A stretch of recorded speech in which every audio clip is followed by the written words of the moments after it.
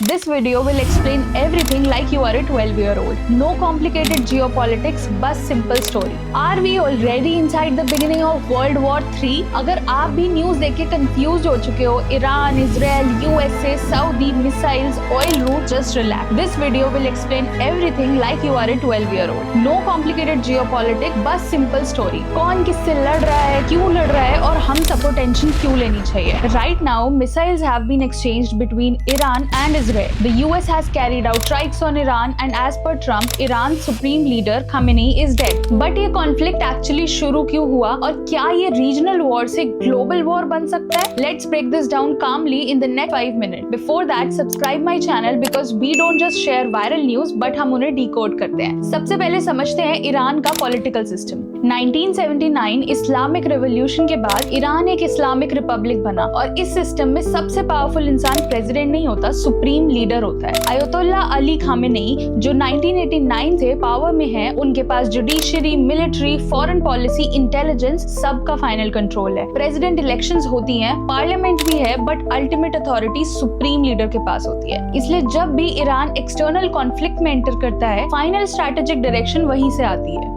अब second layer के बारे में बात करते हैं. ईरान वर्सेस इजराइल हॉस्टिलिटी कोई रीसेंट नहीं है. ईरान ऑफिशियली इजराइल को रिकॉग्नाइज ही नहीं करता. ईरानियन लीडर्स ओपनली इजराइल को इलेजिटिमेट स्टेट कहता रहा है. इजराइल ईरान को एग्जिस्टेंशियल थ्रेट मानता है, specially because of Iran's nuclear ambitions, और यहीं से मेजर टेंशन स्टार्ट होता है. Let's understand the part 1, Iran versus Israel. Iran directly Israel पे अटैक कम करता है. इंस्टेड वो सपोर्ट करता है प्रॉक्सी ग्रुप जो इजराइल के लिए प्रॉब्लम्स क्रिएट करते हैं. प्रॉक्सी ग्रुप्स में आते हैं आपके 3H which are Hezbollah in Lebanon, Hamas in Gaza and Houthis in Yemen. Israel का कहना है कि ईरान इन ग्रुप्स को फंड करता है, वेपन्स देता है. ईरान का कहना है कि वो रेजिस्टेंस मूवमेंट्स को सपोर्ट करता है, ना कि उन्हें वेपन्स देता है. सबसे बड़ा tension point nuclear program. US और इजराइल का क्लेम है कि ईरान न्यूक्लियर वेपन्स डेवलप करने की कैपेबिलिटी बना रहा है. ईरान ऑफिशियली कहता है कि उसका प्रोग्राम पीसफुल एनर्जी के लिए है. इजराइल ओपनली बोल चुका है कि न्यूक्लियर ईरान अनएक्सेप्टेबल है. तो यहाँ से कॉन्फ्लिक्ट डेंजरस हो जाता है. Now let's understand the part 2,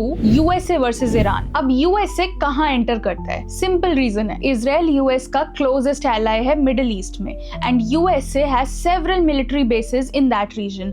Qatar, Bahrain, UAE, Iraq. Iran और यूएसए का झगड़ा भी 1979 से ही स्टार्ट हुआ जब यूएस एम्बेसी ने तेहरान में सीज की गई थी और अमेरिकन डिप्लोमेट्स को होस्टेज बना लिया गया था. तब से sanctions, tensions, military stand offs चलते आए हैं. नाउ यूएस का मेन कंसर्न है ईरान का न्यूक्लियर प्रोग्राम, अपने एलाइज का सपोर्ट एंड ऑयल रूट्स का कंट्रोल. स्ट्रेट ऑफ हॉर्मुज नाम का एक नैरो वाटर रूट है जहां से अप्रोक्सीमेटली 20% ऑफ ग्लोबल ऑयल पास होता है. अगर ईरान उस रूट को ब्लॉक करे तो global oil prices sky rocket हो सकते हैं. इसलिए यूएस के लिए ये सिर्फ इजराइल का इशू नहीं है, ये है इकोनॉमिक सर्वाइवल का इशू. रिसेंटली यूएस ने ईरानियन मिलिट्री और पुलिस फोर्सेस को वार्निंग दी है to surrender their weapons and get full immunity और face certain death. Now let's talk about part 3, Iran versus Saudi Arabia. अब सऊदी क्यों involved है? ये कॉन्फ्लिक्ट रीजन प्लस पावर का मिक्स है, which is Shia versus Sunni. Saudi Arabia majority Sunni Muslim country है और Iran majority शिया मुस्लिम country है. इस्लाम में शिया सुन्नी डिवाइड 1400 साल पुराना है, जो कि लीडरशिप सक्सेशन डिस्प्यूट से स्टार्ट हुआ. बट आज के टाइम में ये सिर्फ रिलीजियस नहीं, पॉलिटिकल पावर राइवलरी भी है. सऊदी और ईरान दोनों मिडिल ईस्ट में इन्फ्लुएंस चाहते हैं.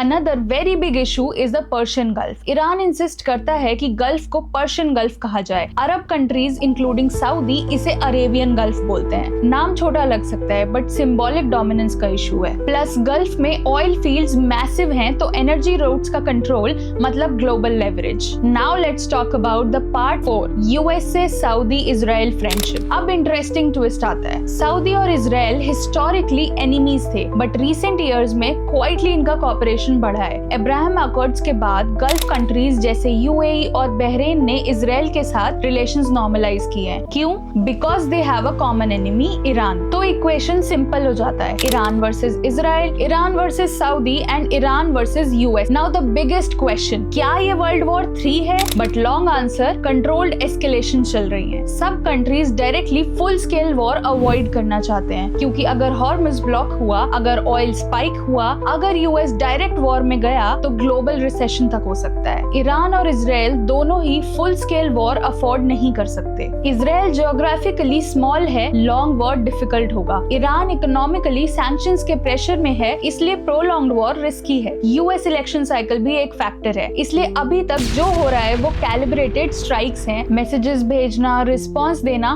बट फुल इन्वेजन अवॉइड करना। Right now the world is holding its breath, क्योंकि हिस्ट्री ने हमें एक चीज सिखाई है, वर्ल्ड वॉर्स कभी अनाउंस करके स्टार्ट नहीं होते, they slowly build. So subscribe this channel to stay informed. I am Shubhi and I'll see you in the next one.